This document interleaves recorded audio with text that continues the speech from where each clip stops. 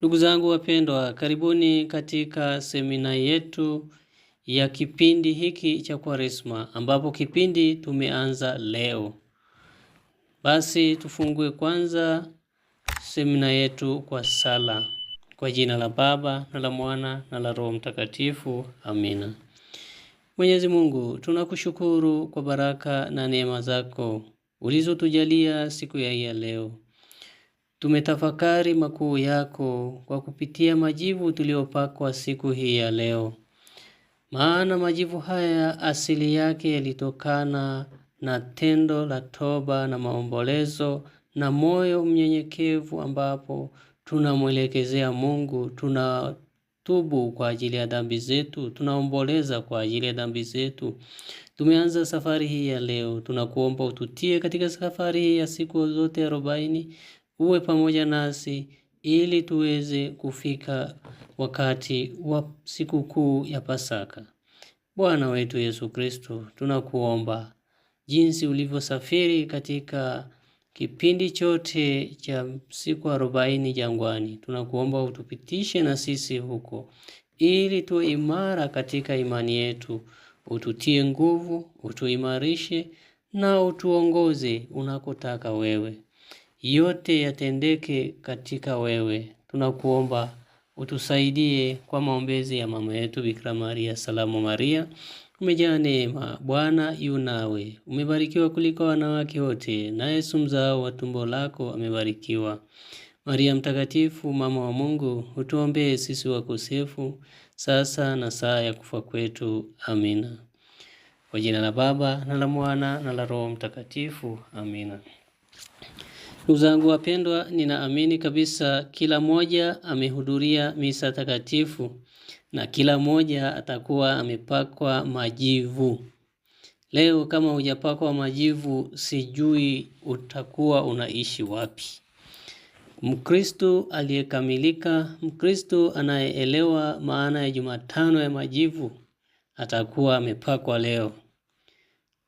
Mkristo anayeamini katika amri za kanisa, funga siku ya Jumatano ya majivu, atakuwa amefunga leo.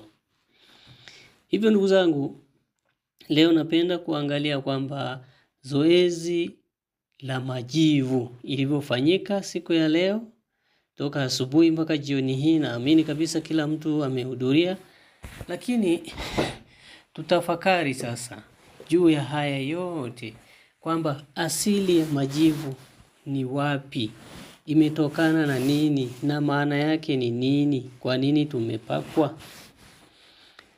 Mazoezi ya kupaka majivu yana asili katika Biblia takatifu, hasa katika Agano la Kale. Ndugu zangu, ibada hii ya kale inaashiria nini? Kwetu sisi inaashiria, kwa wakati ule inaashiria toba, maombolezo, unyenyekevu mbele za Mungu. Tunatubu, tunapojipaka majivu tunatubu, tunaomboleza kwa ajili ya madhaifu yetu, na tunamnyenyekea Mungu kwa ajili ya udhaifu wetu atusaidie. Kitendo cha kujipaka majivu ni njia ya zenye nguvu ya kuonyesha huzuni kwa ajili ya dhambi zetu na kuomba msamaha kutoka kwa Bwana. Hebu ndugu zangu sasa tutazame kwa undani zaidi chanzo cha zoezi hili katika Biblia takatifu. Leo nitatumia Biblia toleo la Iringa. Biblia takatifu toleo la Iringa. Nitaisoma mara kwa mara, tutaangalia. Ndugu zangu wapendwa, kwa mara ya kwanza kabisa kutajwa kwa majivu katika Biblia kunaweza kupatikana katika kitabu cha Mwanzo, baada ya Adamu na Eva kutenda dhambi kwa kula tunda walilokatazwa na Mungu. Waliamini kuwa katika msemo wao walilaaniwa, na walipokuwa katika kulaaniwa waliambiwa watoke katika bustani, iliwapata laana. Kwa hiyo Mungu hakuwalaani tu, hakuwalaani wao, isipokuwa amewapa jukumu sasa namna ya kutubu ni namna gani, kwa sababu kati ya Adamu na Eva hakuna aliyekiri kosa. Kwa sababu Adamu alipoulizwa, Adamu, umekula lile tunda? Adamu akasema, ni yule mwanamke uliyenipatia ndiye aliyenipa nikala. Eva akaulizwa, kwa nini mmekula tunda? Akasema, ni yule nyoka. Kwa hiyo kumbe ilitakiwa wakiri haraka, alafu waweze kusamehewa na Mungu. Lakini baada ya wao kushindwa kukiri yote waliofanya katika makosa yao hayo, Mungu akaangalia mbinu nyingine, atawasaidiaje ili watu hawa wakumbuke hata neno kutubu. Kwa hiyo Mungu aliwalaani na kuwaambia kwamba kwa jasho la uso wako utakula chakula hata utakaporudi ardhini, ambayo katika hiyo ardhi ulitwaliwa, kwa maana wewe ni uvumbi, nawe uvumbini utarudi. Kitabu cha Mwanzo sura ya 3 aya ya 19.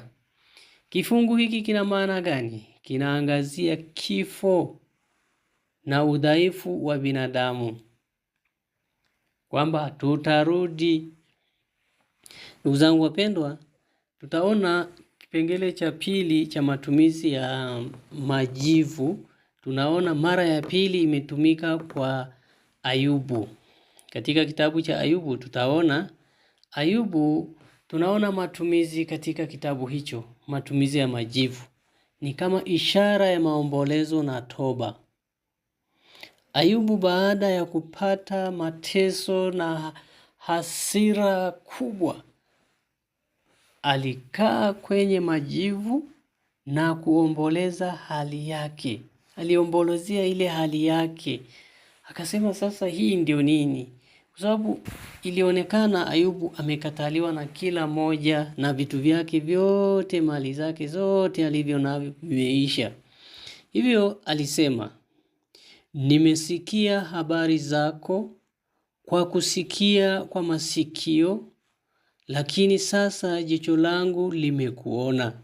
Kwa hiyo najiweka huru kwako, nikiwa nimenatubu katika majivu haya. Ninaingia katika majivu na uvumbi ili niweze kutakazwa. Hebu tuyasome katika kitabu cha Ayubu sura ya 42 na aya ya 5 hadi aya ya 6. Ayubu sura ya 5, sura ya 42 aya ya 5 hadi aya ya 6. Kitabu hicho cha Ayubu inasema, kama nilivyosema hapo, nilikuwa naisema tu kwa kichwa, nimesikia habari zako kwa kusikia kwa masikio, lakini sasa jicho langu limekuona. Kwa hiyo najidharau na kutubu katika mavumbi na majivu haya. Kwa hiyo Ayubu anakaa katika majivu, anajitia majivu, anakaa katika uvumbi ili kuonyesha alama ya kutubu, toba, maombolezo. Hayo tumeona katika kitabu cha Ayubu. Sehemu nyingine ni nabii Isaya. Isaya pia alizungumzia juu ya matumizi ya majivu kwamba ni kama ishara ya toba. Katika Isaya sura ya 58 aya ya 5 anasema hivi, je, ni saumu inayochagua siku ya mtu kujinyenyekeza? Je, ni kwa nini tunahangaika? Anasema je, ni kunisaidia mimi niliye mdhaifu ambaye sijiwezi mimi binadamu. Sasa Isaya anaongea namna hiyo. Anapozungumzia hiyo matumizi haya majivu, anasema ameweka, kwa maana yeye kipindi hicho anawakemea watu kwa kufunga kwao kwa unafiki. Yaani wanafunga kwa sababu ya unafiki, na yeye anawaambia, je, saumu yenu mlioichagua siku ya mtu eti itakuwaje? Inakuwa kujinyenyekeza kwenu? Kwa hiyo Nabii Isaya anapozungumzia kuhusu hilo, anaisisitiza sasa. Inaandikwa hivi, anaisisitiza, anasema je, na nukuu, je, ni kuinamisha kichwa chini kama mwanzi na kutandaza gunia na majivu chini yake? Ndivyo tunavyotaka kuishi? Anasema tusifanye tu hayo kwa matendo ya nje, tuyafanye kwa matendo ya ndani. Hiyo ni Isaya 58 aya ya 5. Tena tunaona tena matumizi ya majivu katika kitabu cha Danieli. Danieli alitumia pia. Danieli anawaasa watu, anasema kwa sababu majivu ilivyotumika kwake wakati ule wa maombolezo ni kama maombolezo na toba. Kwa hiyo Nabii Danieli anasisitiza na anasema, kisha nikaelekeza uso wangu kwa Bwana Mungu, nikimtafuta kwa sala na dua, kwa maombi na dua, kwa kufunga na kuvaa nguo za magunia na majivu. Unaona, Danieli anaweka wazi katika hiyo. Tunaona Danieli sura ya 9 aya ya 3. Utakapopata muda usome, usiishie hapo. Pia zoezi hili la kujipaka majivu lilikuwa kwa kawaida miongoni mwa watu wa Israeli. Zoezi hili nyakati ile sasa ilifanyika katika wakati wa msiba wa taifa au toba. Katika siku, tunaona katika kitabu cha Esther, kuna mtu anaitwa Mordekai, alivaa gunia na majivu kama ishara ya maombolezo na toba alipopata habari kuhusu jamaa ya Hamani ya kuwazungumzia, kuwaangamiza wale Wayahudi. Kwa hiyo alifunga, aliangalia kwamba ni tendo bora linalofaa kwa watu wa Mungu kufunga.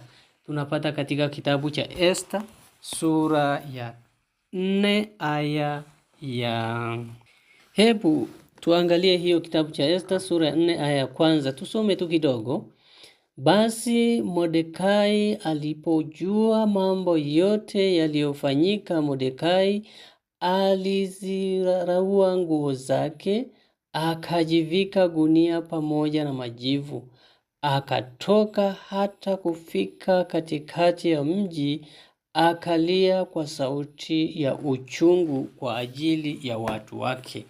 Mwisho wa kunukuu. Ndugu zangu wapendwa, tuliona na tunaendelea kutazama Esther jinsi kitabu chake ilivyoenda, lakini Mordekai aliona kwamba sasa inafaa kutubu.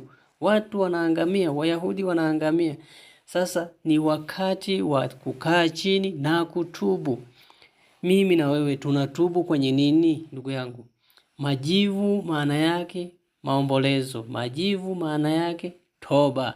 Majivu maana yake kujinyenyekeza. Sasa nakubali madhaifu yangu. Sasa naona nimemkosea Mungu, nakaa karibu na Mungu, naenda kumwomba Mungu anisaidie na anitie nguvu ili niweze kuelewa, ili niweze kutubu, ili niweze kuishi katika hali ya neema utakaso. Je, mimi na wewe tunaishi katika hali gani ndugu yangu?